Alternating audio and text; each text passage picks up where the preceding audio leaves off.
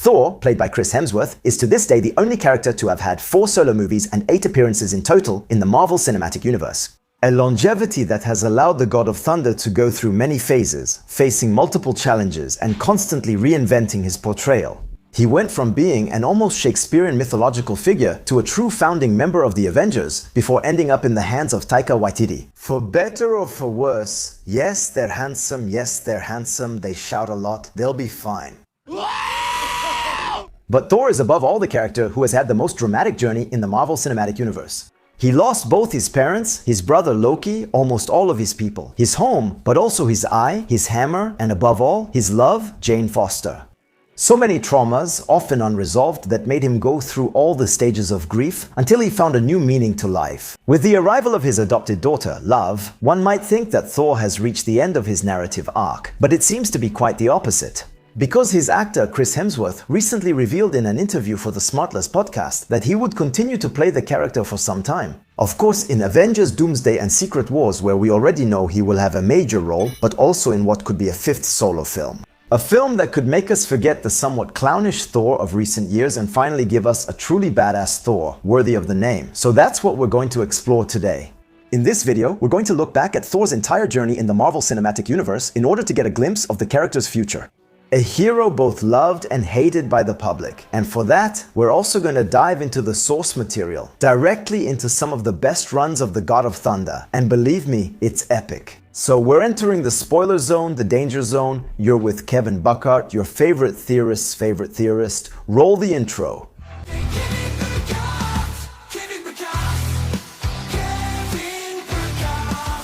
Alright, let's get back to Thor's tragedy. The character of Thor is quite unique in the comic book universe. Most modern heroes are inspired by mythology to build a contemporary heroic figure, but Thor literally represents the tragedy that surrounds the legends and gods of myths. Just like in Scandinavian mythology, he is part of the Asgardian pantheon, and as in those ancient tales, he is destined to see his people and his world disappear in the eternal cycle of Ragnarok. Let's quickly review the dramatic journey of the Marvel Cinematic Universe's most atypical character.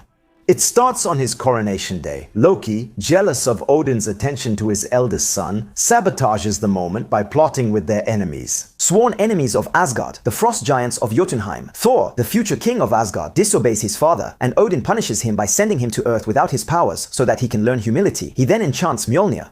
Only someone worthy of the hammer will be able to possess the powers of Thor. At the same time, Odin falls into the Odin sleep, beginning his long decline. And, at the same time, the complete waste of this character. Loki thus takes power on Earth, and Thor eventually proves himself worthy of the hammer.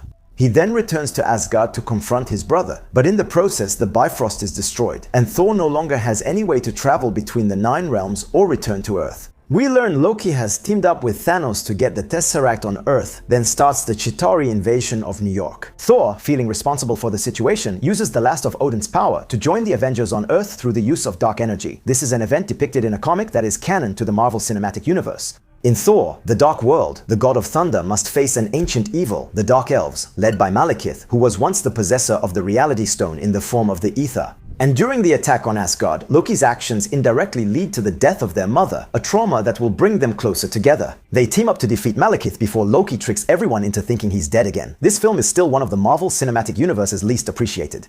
The Thor we see here is still too bland, too close to the classic comic book version. The character needs to evolve, and this evolution is beginning. With Avengers: Age of Ultron, Thor becomes a full-fledged Avenger. He settles on Earth with Jane Foster and adopts a tone closer to that of the other heroes. His arrogance now mixes with doubts. The audience finally starts to connect with him, but everything changes with Thor: Ragnarok. The film is acclaimed by fans. Thor is reinvented once again, funnier, more sensitive, but also incredibly badass.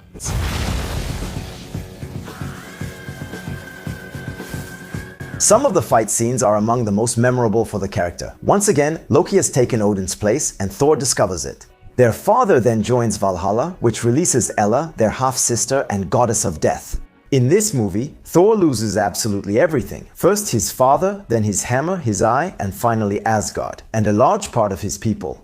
This is Ragnarok, the inevitable cycle of Norse mythology, but he finally develops a sincere relationship with Loki. Well, not for long though. Fine.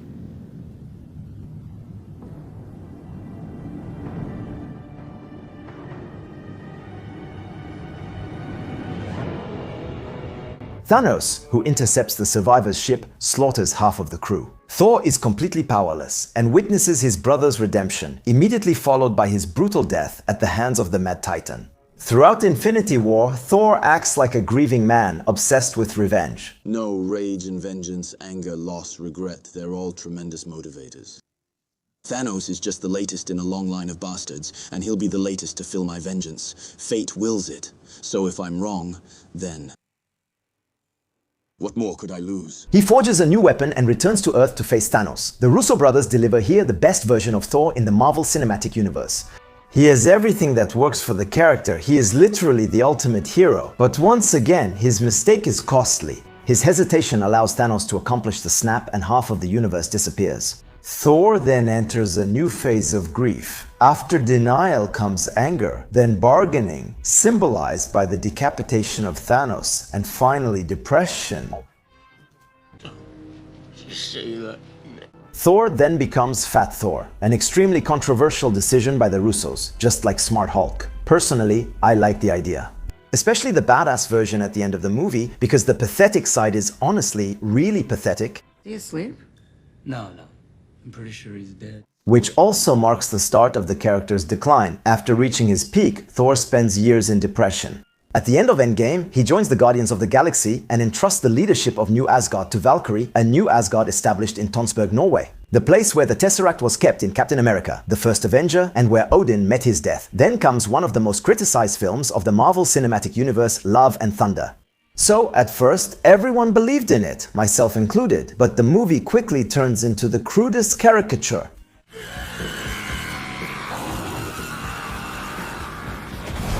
Thor becomes a clown in the adaptation of an otherwise incredible run, and Taika Waititi becomes the target of massive online harassment. Thor then loses the last pillar he had left. Although Jane and he had split, her death ends a cycle of suffering. The character has lost everything, but was still left with unresolved trauma. So, sure, he adopts his enemy's resurrected daughter and decides to move on. But let's just say the conclusion is still debatable. Years later, the director and the actor themselves admitted that they were completely out of control on this film and did absolutely anything. Love and Thunder was kind of like a Monty Python sketch, and we sort of made fun of it, probably a little too much. And then there was some of that backlash. Why is he a goofball and why is it like this? And, people were violently offended and we were like, oh, we're just, having fun or trying to try something different. And Sam Schwartz will even go so far as to put his career on hold for a while. Sure, it was for health reasons, but between us, there wasn't any. I mean, you look at Thor 1 and 2, they were quite similar. Ragnarok, Love and Thunder, similar. I think it's about reinventing it, such a unique opportunity, Infinity War and Endgame, to do very drastic things with the character. I think it would have to be a drastically different version. As you can see, the character has evolved a lot, and at the same time, not that much. He went from being a rather smooth Shakespearean figure to a lovable superhero, then to a humorous and badass Thor, before turning into a caricature.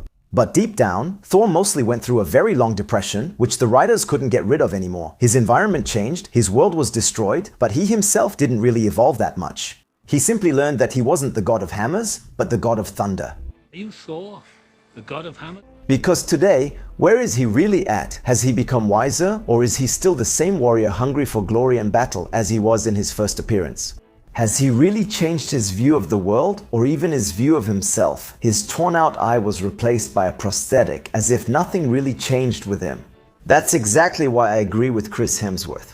There are still a lot of things to tell about Thor, since up until now, all the writers and directors have focused on just one thing: how Thor. And so it's time to fix that and move him forward. But to understand what the next part of his story could be, we now need to look at the comics. Thor loses everything. It's not just in the Marvel Cinematic Universe that Ragnarok was a turning point in Thor's story. In the comics, the year 2004 marks a real break for all the heroes. Marvel's Avengers Disassemble run becomes the entry point to the modern era of comics. It's a major event that will transform the Marvel Universe and pave the way for many important sagas. By the way, that's when I started reading comics myself. So, if you also want to get started, I've prepared a series of articles to guide you on my website kevinbuckard.com with links, the best runs to start Marvel. I'll add the link further down in the description in chronological order.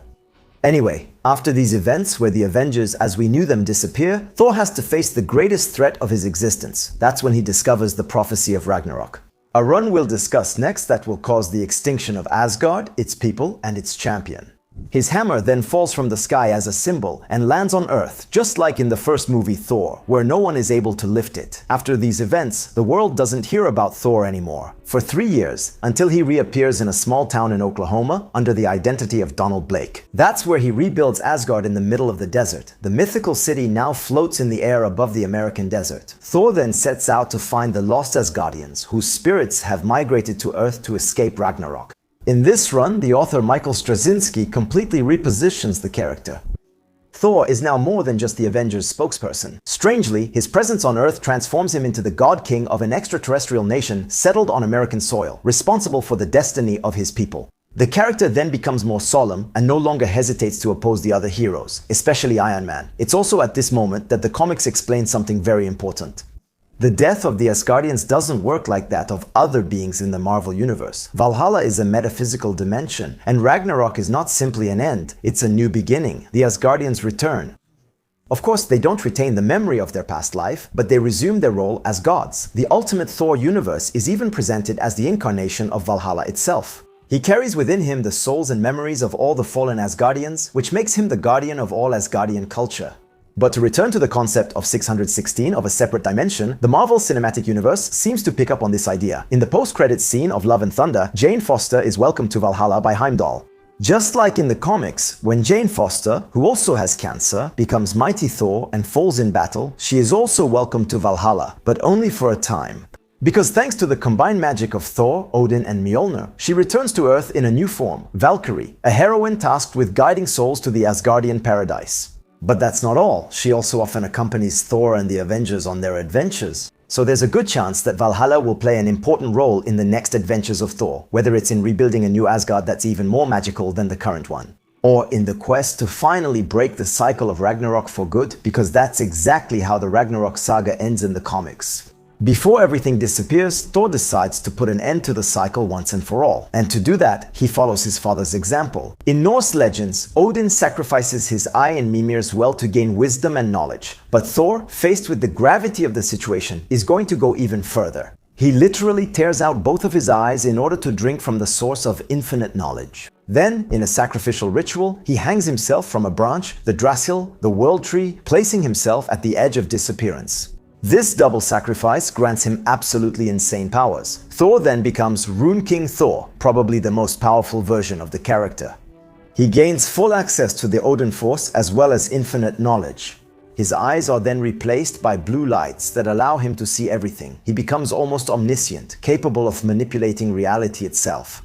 Thor then goes to the Norns, the guardians of fate who weave the thread of existence, and with a single swing of his axe, he cuts the loop, breaking the eternal cycle of Ragnarok. An act that at the same time ends his own existence, completing the ultimate sacrifice, at least until his return to Earth 3 years later. In bookstores, well, yes, these are still comics, never forget, no one ever stays dead. Obviously, that's not how Ragnarok happened in the Marvel Cinematic Universe. But an evolution toward Rune King Thor could definitely be considered. Another version of the character could also serve as inspiration, Old King Thor. In more recent runs, especially by Jason Aaron, Donny Cates, or Al Ewing, Thor takes on a completely new dimension, more serious, more tormented. His stories explore what it really means to be an almost immortal god in a constantly changing cosmos. It all starts with Jason Aaron's Unworthy Thor run, where the god of thunder is no longer worthy to lift his hammer after Nick Fury made him doubt his true worth. Then comes Old King Thor, a Thor who has become the All-Father, old and one-eyed like Odin, and who lost an arm in battle, an arm replaced by the Destroyers. And personally, it's a version I love, and it's also one of the main characters in Donny Cates' run about the God Butcher. In this story, Thor is tough, serious, violent, and incredibly badass. Under Donny Cates, this Thor, who has accepted his role as All-Father, even becomes Galactus' hero for a while. An evolution that makes him unstable, authoritarian, and distant, but above all, mega-giga powerful. In short, a Thor radically different from the one we knew before 2004. And a version of the character that has deeply impacted the fans. So many interpretations that could inspire Marvel and Disney to finally give us the best version of Thor ever seen on screen. Doomsday and Secret Wars. That all sounds great, but first, let's focus on the near future. The next 2 Avengers movies are coming up soon. And this time, we've already seen a few images of Thor, a Thor who, in just a few seconds, already sets the tone. Gone are the flashy Mardi Gras-style armors and the cringeworthy laughs. Now, Thor seems deep, dramatic, and concerned. We see him next to a bedridden love interest, then in a pine forest, praying to his father to give him the strength to face this new opponent. Not for glory, not for battle, but simply to be able to return to her. Not as a warrior, but as a father at peace. With this teaser, the Russo brothers already seem to be evolving Thor in a way he never was before. The arrogant, juvenile, and self-absorbed Thor is gone. Here, Thor seems humble. He knows he can't do it alone. For the first time, he's not fighting for vanity, pride, or glory. He's fighting to return to his child. This already demonstrates the new attitude we discussed earlier. These are only a few seconds of footage, and we don't know the context. Was he coming from a serious defeat that humbled him, or was he just afraid? One thing is certain. Here, he doesn't have Mjolnir, even though he had recovered it at the end of Love and Thunder. But above all, what's interesting is what he says. In his prayer, "Lend me the strength of the All-Fathers." Thor asks for the strength of the All-Fathers, and this phrase can be interpreted in two ways. The first leads us directly to Rune King Thor, the version I was talking to you about earlier. So, no, he's unlikely to tear out both eyes, especially since he supposedly only has one left. But just like in Age of Ultron or Infinity War, we could see Thor go on a sort of personal quest to acquire new powers. Maybe connected to Yggdrasil, the world tree where Loki is hiding. Thor, having lost everything and survived Ragnarok, would likely do anything to prevent it from happening again. Even if it means sacrificing himself and then coming back once again, even more powerful in an Avengers movie. Even though I admit that this pattern might seem a bit repetitive, the second possibility, mentioned by some less reliable insiders, would be different. Thor's prayer could reach Odin, who would then send him an army of Asgardians from the afterlife to fight alongside him against Doom's army, a scene reminiscent of the Return of the King. Or this prayer could reach Loki, who would offer him an army of Thor variants from across the multiverse.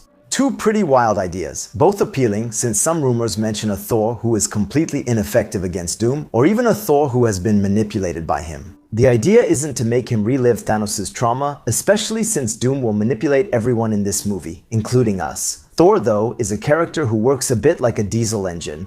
He becomes especially formidable when he goes into revenge mode, into Avengers mode.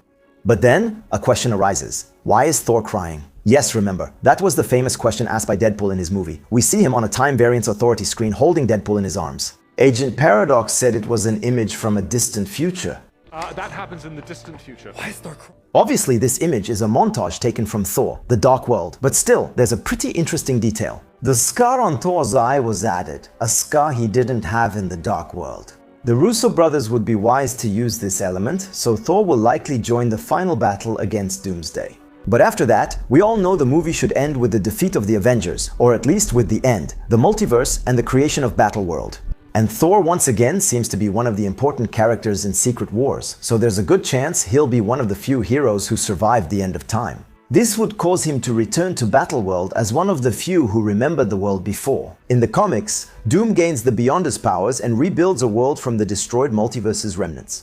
He then becomes God Emperor Doom and gives a second life to many characters who had disappeared. Heroes are resurrected, of course, but they don't remember the reality before Battleworld. Yes, even if 3/4 of the characters are likely to die in Doomsday, most of them will come back in Secret Wars. They'll forget their lives before Battleworld, which is likely a main theme of Secret Wars. How do you restore the multiverse? For the few heroes and villains who survived, facing a world that thinks it has always lived this way, under the rule of a god, Doom. In Jonathan Hickman's Secret Wars run, the Thors actually play a central role. They form the Thor Corps, a unit tasked with maintaining peace on Battleworld and who obey the orders of Doom and his sheriff, Doctor Strange. This army is made up of multiple variants of Thor. For example, we find Betar and Bill, whom we saw on the Grandmaster's Tower on Sakaar, but also War Thor in the form of Volstagg, one of Thor's loyal friends. Or even Tornad, wielding a mystical hammer. As we saw in the What If series in the comics, it's Jane Foster, as Mighty Thor, who survives the apocalypse, as she is saved by Strange from certain death. Facing Doom, she is teleported to the Thor Corps headquarters, where she sneaks in to plot. I think something similar could happen. In Secret Wars, there's a good chance that the survivors will be scattered across Battleworld in order to prepare a rebellion against Doom. So we can imagine seeing Tom Holland's Spider-Man on this team and Cyclops if he's not wiped out by Doom first. Just like on paper, Reed Richards separated from his family, Hulk, as some concept art seems to suggest. Or even the Young Avengers, who might have a series in development on Battleworld adapting the Children's Crusade run. And so, of course, Thor, who could have a special role, that of infiltrating among his brothers in arms, whether they are Asgardians or variants. To take back their command and finally become a true leader, a military leader, but also a political one. A new step in the character's evolution, an evolution that could bring him even closer to what he is destined to become. Because precisely, let's now talk about the next part, Old King Thor. Since acquiring Fox, Kevin Feige has clearly aimed to make a Secret Wars movie, as it's one of comic book history's greatest events. Because he's always openly admired Jonathan Hickman's work. But above all, because it's the perfect story to fix the Marvel Cinematic Universe and turn it into an interconnected universe, even closer to that of the comics. With everyone, this event will in a way reset the Marvel Cinematic Universe, and Kevin Feige is really insisting on this theme. According to him, the words reboot or soft reboot can be misunderstood. He explains that this new universe will allow some characters to join the Marvel Cinematic Universe, others to reinvent themselves, and some mistakes from the past to be completely erased. But it seems that the major events of the Marvel Cinematic Universe will remain unchanged. Yes, the Thanos snap did happen, and so yes, Ragnarok also happened. Which means that Asgard and the gods won't just come back magically, unless the famous Thor force is somehow preserved. Whatever happens, Thor, strengthened by his experience in Secret Wars, should return. Deeply changed, because while some characters like Captain America or Iron Man could be recast, Thor probably won't be. Finally, in any case, not really, as I mentioned in the introduction, Chris Hemsworth himself announced that he still plans to play the character for a while. Chris is one of those rare actors who have become inseparable from their character. Marvel has completely transformed his career, and every time he returns as Thor, it puts him back in the spotlight. He knows it and likely can't separate from it, and recently there have been many rumors about Thor 5. First, from the actor himself, who, while on break, explained in several interviews that he would only return to play Thor if the character underwent a major overhaul, with a much more serious tone. If I make another Thor film, I've been fortunate to play different versions of the character each time. And if I were to do it again, I'd love to drastically change it and do something that was very unexpected. And in that same podcast, Smartless, he says that Kevin Feige and he are totally on the same page about this. Kevin said, "It's cool because we have the audience now. Expect dramatic turns with the character. And whatever we do next, we've got some ideas to do something pretty unique again." Also, after filming Furiosa, the movie from the Mad Max universe, Hemsworth even mentioned the idea of asking George Miller to direct a future Thor 5. For his part, insider Daniel R. Pecka reported that the film is in development and that several directors have been approached. Among them is Gareth Edwards, director of the excellent Rogue One and The Creator, who had already met with Kevin Feige for his ability to create gigantic spectacles with small budgets, or Sam Hargrave, who has already worked with Hemsworth on Extraction. What could this film be about? I think everything points to Thor trying to rebuild himself. It's unlikely a fifth film will keep showing a solitary Thor. Now, his destiny seems to be turning toward the return and rebuilding of his people. We must also not forget the role of Valhalla. Its introduction in the post-credits of Love and Thunder will surely lead Thor to explore the dimensions after death, probably in his quest to bring Asgard back to life. Thor would then become the All-Father, gradually evolving toward an adaptation of Old King Thor, a king of Asgard, no longer just a warrior, an evolution that could also prepare for his succession. In the comics related to All King Thor, new characters actually take over. They are the goddesses of thunder, Frigg, Elisif, and Atli. They are Thor's granddaughters in a distant future of universe, 14,412, the one of Old King Thor, and I love them. So, we haven't seen them a lot, but they perfectly embody everything that makes the character so charming. Frigg is the leader of the trio, strategic and pragmatic. She inherited her grandfather's sense of duty. Elisif is the clever one of the group, mischievous. Among the dreamers, she's the one who comes up with tricks to defeat their enemies through cunning. This reminds us a bit of the help me strategy with Loki and Ragnarok. And finally, Atli, the warrior. Impulsive and hot-tempered, she reminds us of the fiery temperament of young Thor, and she even wields the same weapon as him, a battle axe. So I think Thor's future could go through two major stages. First, his evolution toward becoming the All-Father, possessor of the Odin Force, in order to rebuild the glory of Asgard. Then, passing on this legacy to the next generation. But Daniel R.P.K. also mentioned the development of a mysterious project called Thor Quest. Yes, like Vision Quest, so it could simply be the code name for Thor 5.